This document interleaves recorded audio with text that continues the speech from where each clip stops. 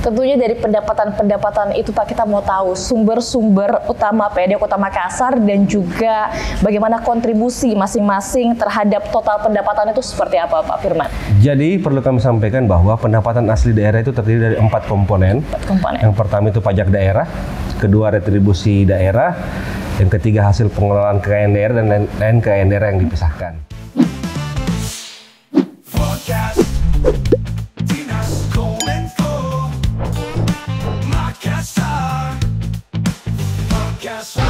Assalamualaikum warahmatullahi wabarakatuh pemirsa, senang sekali saya Firda Jobari dapat menjumpai Anda pada podcast Kominfo Makassar. Tentunya di podcast ini selalu mengulik isu-isu yang menarik, dan pada kesempatan kali ini atau pada podcast kali ini kita akan membahas pendapatan asli daerah PAD Kota Makassar, tren kenaikan signifikan dan strategi di baliknya.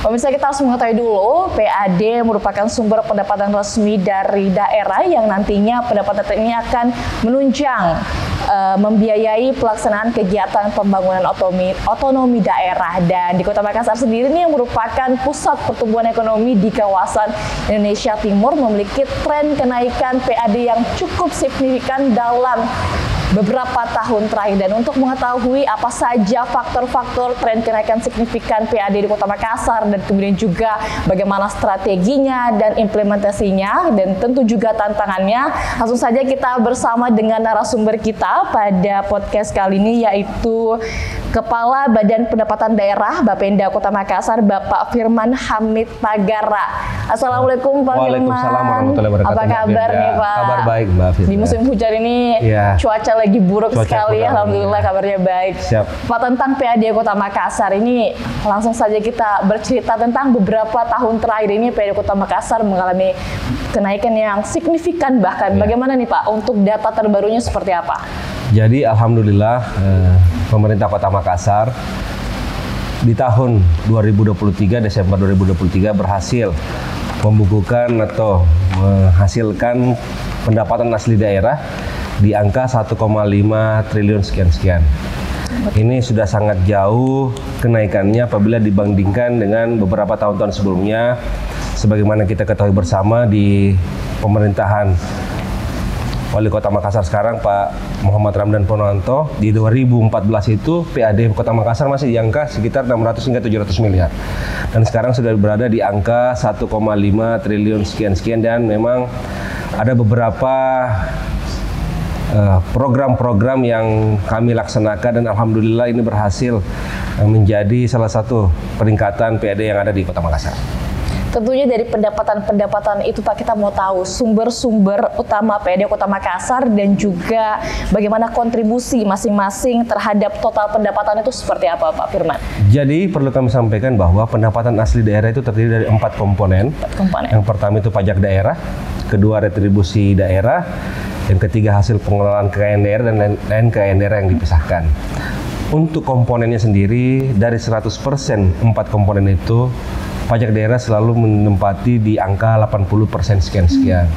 Di angka retribusi pun di angka 10% lah mungkin. Dan selebihnya dibagi di kedua komponen yang tadi. Jadi memang porsi pajak daerah lebih besar dibanding 3 komponen lainnya. Dan kebetulan yang mengelola pajak daerah adalah Badan Pendapatan Daerah Kota Makassar.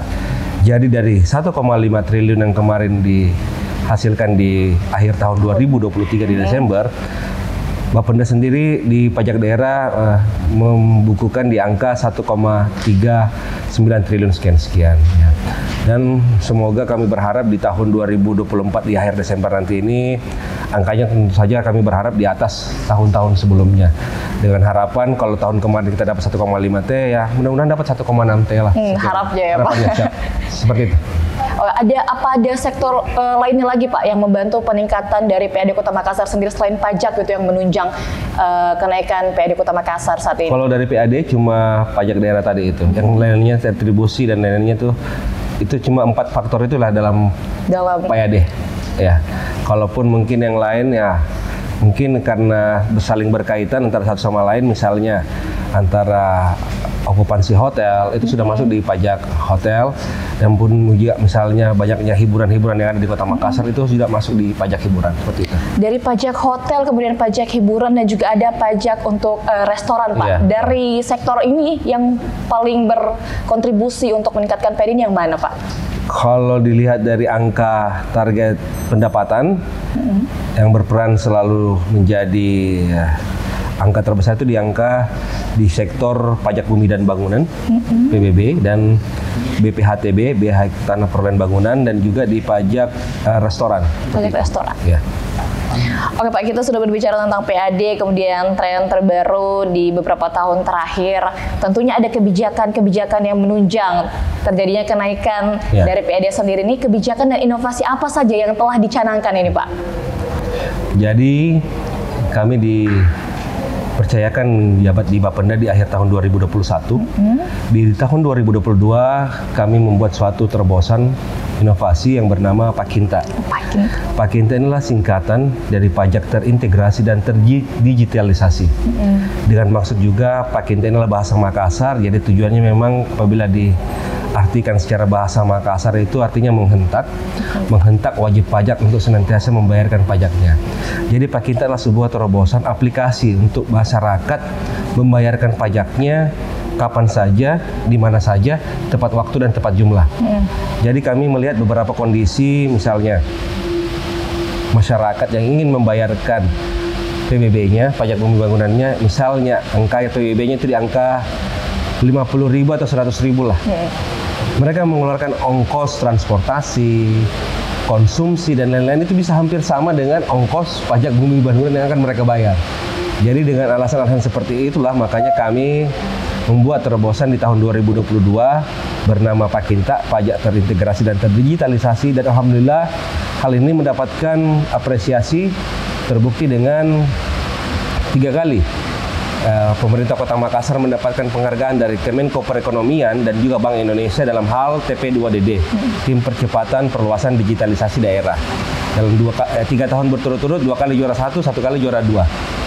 Terus sudah itu masyarakat Makassar juga, Bapenda Makassar mendapatkan apresiasi di kancah internasional. Seperti pertama, mendapatkan undangan untuk menjadi pembicara digitalisasi di Tokyo dengan PDB, dan juga yang ketiga mendapatkan kesempatan juga ke Amerika, waktu itu pelatihan International Visitor Leadership Program berdasarkan apa-apa yang kami capai di saat ini sekarang ini. Jadi memang betul dari Pakinta inilah ada beberapa peningkatan. Jadi masyarakat yang tadinya membayarkan pajaknya malas antri apa semua, ini sudah bisa membayarkan pajak melalui Pakinta, baik itu di App Store ataupun di Play Store. Seperti itu.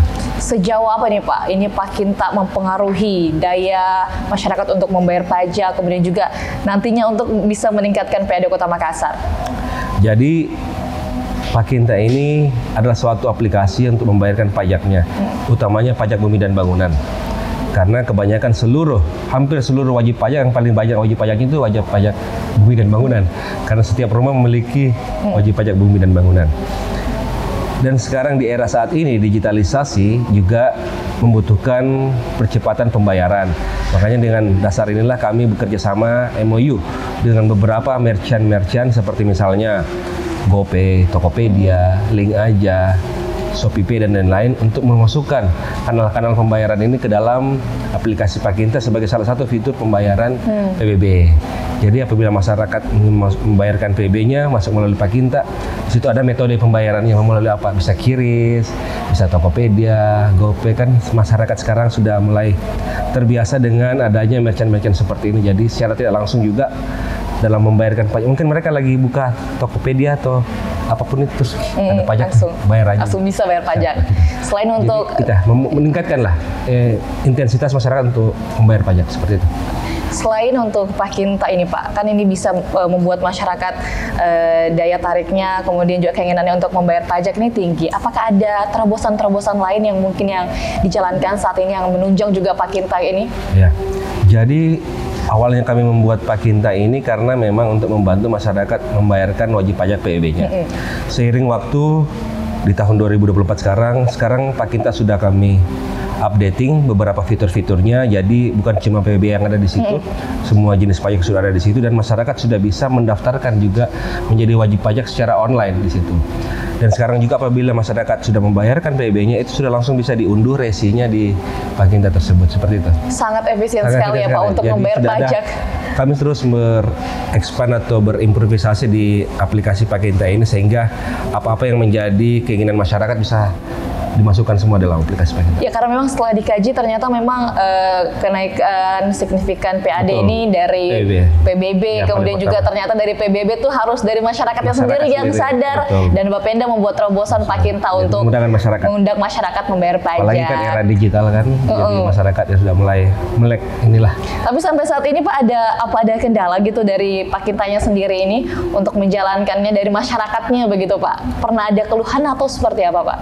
Kalau keluhan dari masyarakat sih sebenarnya belum kami ada yang urgent begitu. Cuma memang perlunya perluasan server. Perluasan server sehingga apabila nanti ke depannya jumlah user atau pengguna Pakinta ini semakin bertambah.